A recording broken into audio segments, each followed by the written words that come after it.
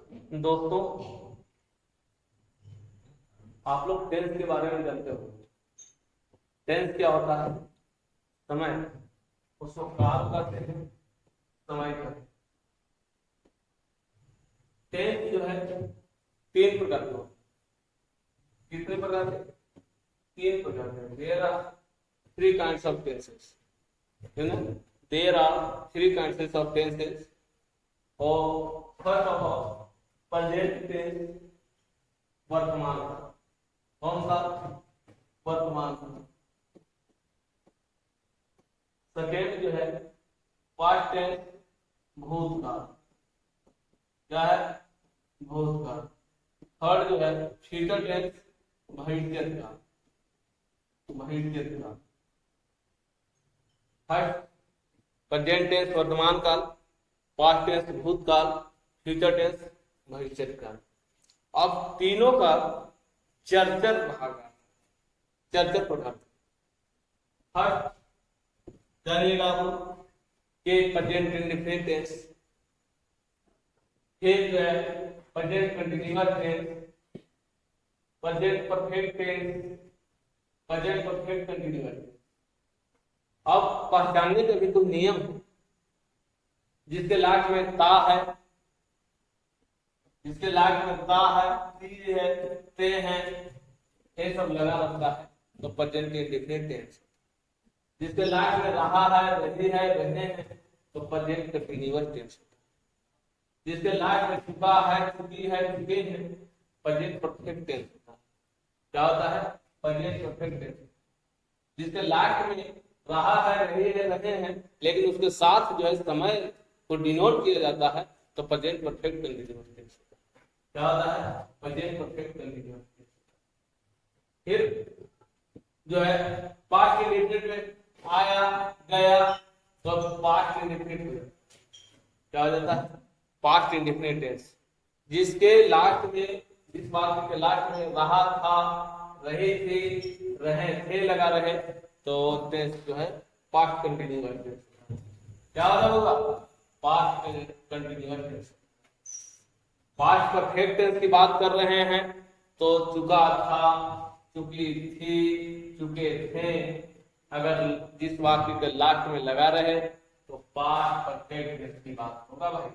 किसकी बात होगा? पास्ट परफेक्ट टेंस की बात होगा।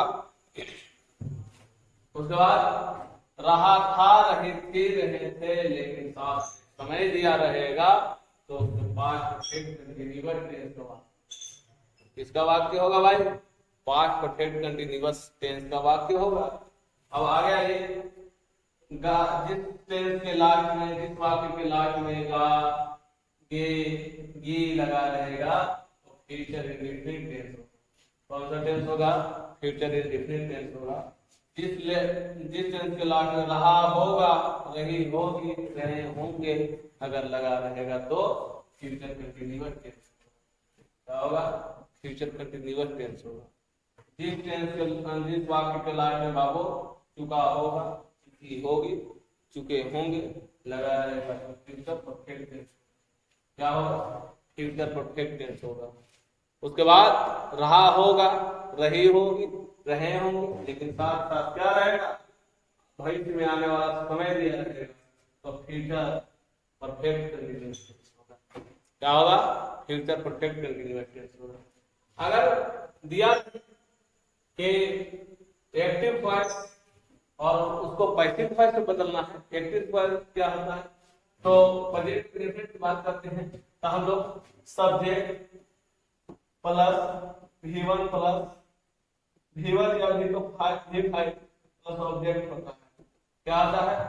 सब्जेक्ट प्लस V1 या V5 या उसके बाद ऑब्जेक्ट रहता है। तो सबसे पहले वॉइस चेंज करने के लिए दरमियान जो होता है तो पहले ऑब्जेक्ट को लिखा जाता है और उसका भी पर्सन चेंज करके, उसका नंबर चेंज करके, ये सब चीजें करके लिखना पड़ता है। तो पहले ऑब्जेक्ट को लिखा जाता है, उसके बाद जो है ऑक्सिलरी वर्ब जो रहता है उसको ऑक्सिलरी वर्ब में चेंज किया जाता है। सीधा सीधे कहेंगे प्रेजेंट वाला जो होगा, प्रेजेंट इंडेफिनिट वाला जो होगा प्रेजेंट कंटीन्यूअस में चला जाता है, प्रेजेंट कंटीन्यूअस में चला जाता है।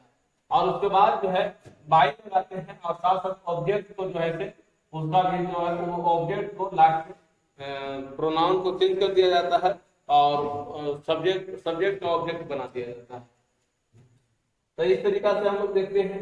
तो प्रेजेंट कंटीन्यूअस की बात करेगा तो इसमें ऑक्सिलरी वर्ब जो है इज एम आर आता है, तो इसमें इज एम आर तो लगेगा ही वॉइस पैसिव वॉइस में, लेकिन साथ साथ बीइंग लगता है। क्या लगता है होगा? साथ साथ बीइंग लगता है। देखिएगा थोड़ा सा।